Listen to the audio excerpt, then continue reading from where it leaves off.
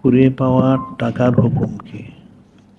আসলে টাকা রাস্তাঘাটে পড়ে থাকলে ধরাটা ঠিক না। প্রথম মশালা হচ্ছে রাস্তাঘাটে কোথাও টাকা পড়ে থাকলে এটা ধরাটা ঠিক না, 1 নম্বর।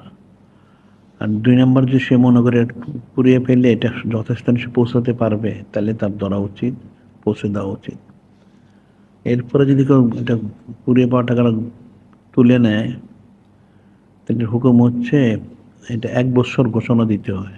1 বছর যেখান থেকে পাওয়া গেছে সেখানে ঘোষণা দিতে পারে, এরকম কিছু টাকা পাওয়া গেছে, কার টাকা সে, তাহলে যদি প্রমাণ দিয়ে যেন নিয়ে যায় কত টাকা, 1 বছর ঘোষণা দিতে হবে। এরপর যদি লোকজন পাওয়া না যায়, তাহলে সেটা তো সব জায়গায় দেওয়া যাবে না।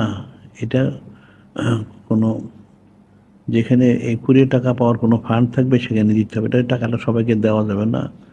গরিব মিসকিন বা যারা জাকাত খাতার উপযুক্ত তাদেরকে দেওয়া যেতে পারে, কিন্তু সব জায়গায় সবাইকে দেওয়া যাবে না। এখন সাধারণত টাকা রাস্তাঘাটে পড়ে থাকলে ধরাটাই উচিত না। যদি কেউ অগত্য ধরেই ফেলে, তাহলে তো তার হুকুম আলাদা, 1 বছর ঘোষণা দিতে হবে। যে এটা পৌঁছাতে পারবে না যথাস্থানে, তার ধরা উচিত না। যে যথাস্থানে পৌঁছাতে পারবে সে যেন এটা ধরে। কারণ এই টাকাটার জন্য তাকে জবাবদিহি করতে হবে, সে যথাস্থানে পৌঁছালো কি পৌঁছালো না, এটা মনে রাখতে হবে। 1 বছর ঘোষণা দেওয়ার নিয়ম। এরপর যদি 1 বছর কেউ কোনো এতে খোঁজখবর নিতে না আসে, তখন সেটা ওইভাবে কোনো এক স্থানে পৌঁছাইতে হবে। কুড়িয়ে পাওয়া টাকাটা, এটার হুকুম কখনো রাস্তাঘাটে পড়ে থাকলে টাকাটা ধরাটাই উচিত হবে না। কারণ এটা ধরলে যথাস্থানে পৌঁছানো ফরজ হয়ে যায়।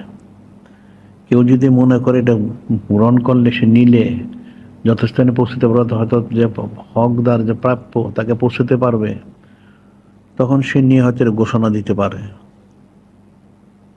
এখন ঘোষণা দিতে হবে 1 বছর যাবত, 1 বছর যাবত ঘোষণা দিতে হবে। 1 বছরের মধ্যে যদি কেউ যে প্রাপক যদি পাবে, সে যদি আসে প্রমাণ করতে পারে, তাইলে তাকে টাকাটা দিয়ে দিতে পারে। যদি কেউ না আসে, তখন ওইভাবে পৌঁছাতে হবে। কোন এতিমখানা বা হোক, নীল্লা বোর্ডিং এ পৌঁছে দিতে পারে, বলে দিতে পারে যেটা কুড়িয়ে পাওয়া টাকা।